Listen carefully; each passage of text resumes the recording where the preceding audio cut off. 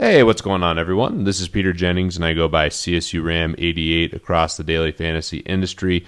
And I'm pumped to be back again here at FantasyLabs doing another model preview.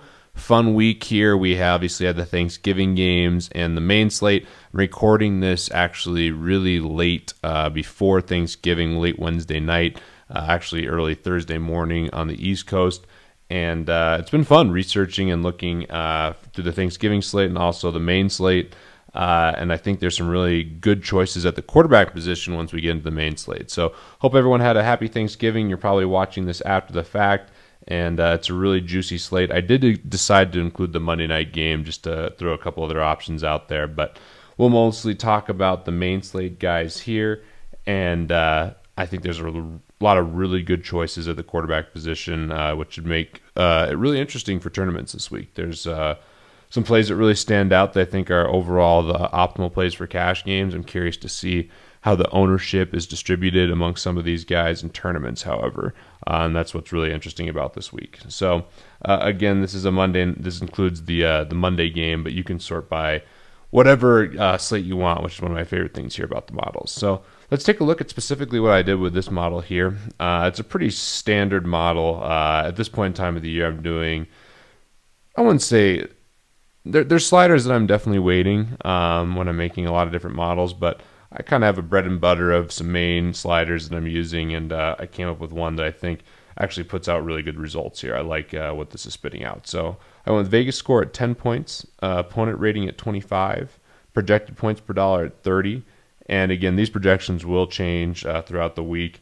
We spent a lot of time on the Thanksgiving projections, and we did some more work on this, which is why it's coming out a bit later. But there will still be changes based on news, and that's one of the things I think is really important, is always having updated information.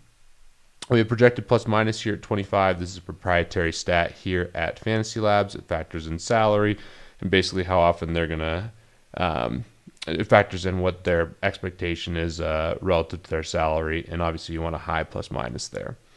Then I projected ceiling at 10 points, so I did put quite a bit of emphasis on ceiling in this particular model. You can actually sort by the ceiling column here, and you'll see Drew Brees has the highest ceiling, then Derek Carr, Tom Brady, Eli Manning, and Cam Newton. So this is something I'm always looking at for tournaments, and something that I think is nice to have in the model just for a general rating as well, because even in cash games, we're chasing that upside.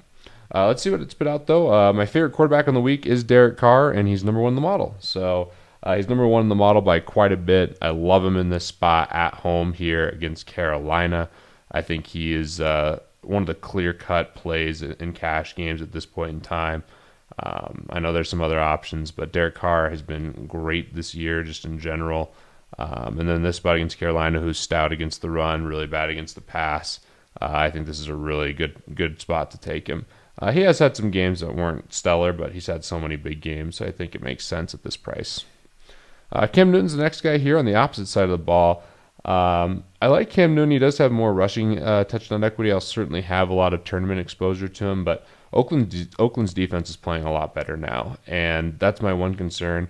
I do like the price here. Cam Newton is one of those guys that does have big home road splits, but there's a lot of reasons to like him. A lot of pro trends here. He's definitely a good play, and if you look at the projected ownership, he's significantly lower than Carr, so I think he makes a fantastic tournament play.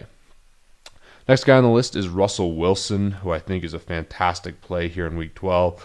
We know his mobility's back. He ran a passing route and caught a touchdown from Doug Baldwin, so it's always a good sign. You want to be buying Russell Wilson when his athleticism is there, and it certainly appears that he's really close to 100%. He's moving around. Obviously, he caught that receiving touchdown, and it's a really good spot here on the road against Tampa Bay.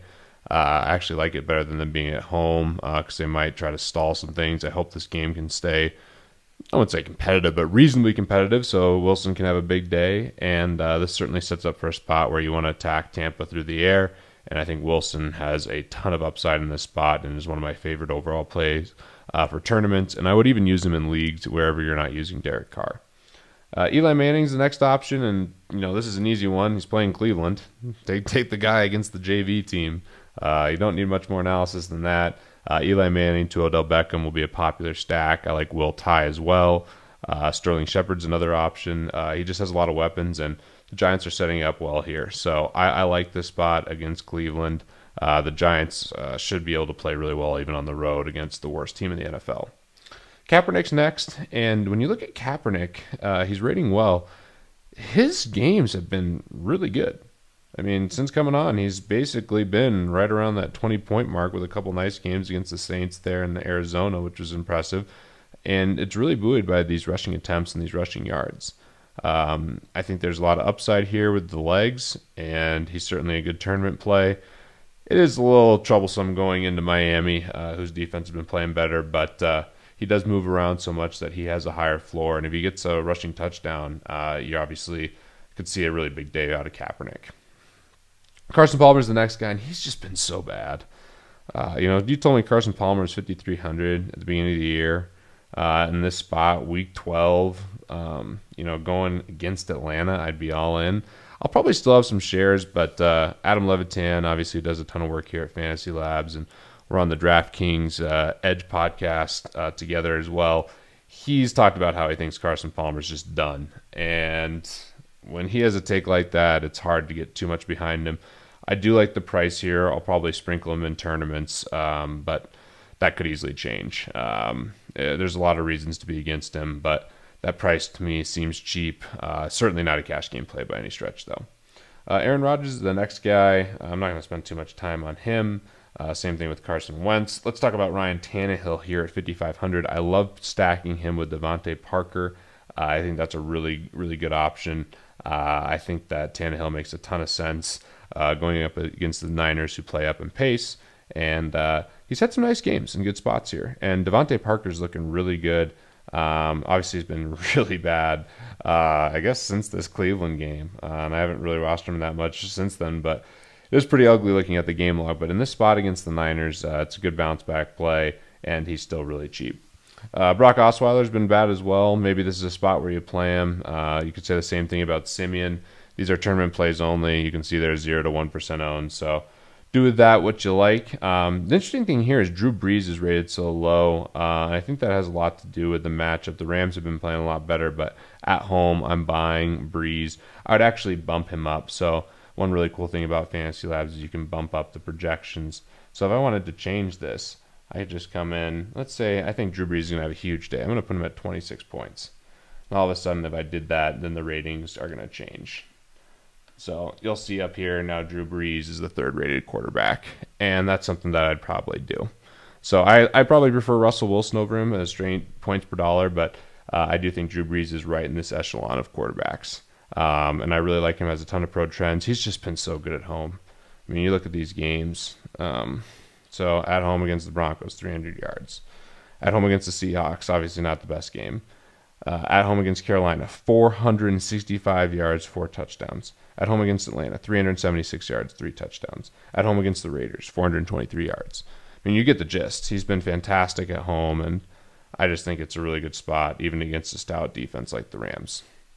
Lost my spot a little bit. I know I was talking about Osweiler and Simeon. I think they're marginal plays. Same thing for Blake Bortles up here. The Buffalo defense is really bad if you want to, in the secondary especially right now. If you want to take a shot on it, I don't hate it, but Bortles has just been so bad this year. All his fantasy productions come in basically garbage time, and that's really what you're kind of playing with if you're going to roster Blake Bortles, hoping for that garbage time. Joe Flacco going against Cincinnati. If this game has the right, if there's decent game flow, I could see this potentially paying dividends. The one thing about Flacco, you always want to, you say you're wacko for Flacco, but you look here, he just hasn't had a big game. I mean, his biggest game was against Cleveland at home for 24 points. I mean, that's a solid game. That's one spot you want to play him, but, that's a spot he should go off, and he really just hasn't shown that huge upside that you want, especially at a price tag, which is nice, but there's so many other good guys in that range. So Tyrod Taylor, I would maybe consider. I like the way he's been playing. Obviously, upside with the legs, but the Jaguars have been really good. Tom Brady, I should talk about for sure. Right there with one of the highest projected overall expectations. I might even raise this slightly. His ceiling should be a little bit higher, in my opinion, as well. This game works out in terms of game flow for him as well, and some of the running backs don't steal touchdowns from him. specifically LeGarrette Blount, because Deion Lewis and James White are pretty likely to catch a touchdown, one of those guys, relative to rush one in. So if all the touchdowns for New England come through the air, Tom Brady could have a monster game against this putrid Jets secondary. Yeah, that's kind of the gist of it. I would bump him up too. I think that Derek Carr is my favorite play. I like Cam. I might drop him down. I like Brees, Wilson, Eli Manning, and Tom Brady as the next tier of quarterbacks. And you can kind of see that too. One cool thing here is just looking at the ownership. I think this ownership's a good gauge of what I think will happen with cash games and higher stakes tournaments. I like these 4 quarterbacks the most for sure up at the top. I do like Eli and Cam, like I mentioned as well. But hope this was helpful for you guys. You can see here everything's customizable and you can sort by different things. It's a really exciting time of the year. Hope everyone had a happy Thanksgiving. And as always, looking to see more Fantasy Lab subscribers at the top of the leaderboard.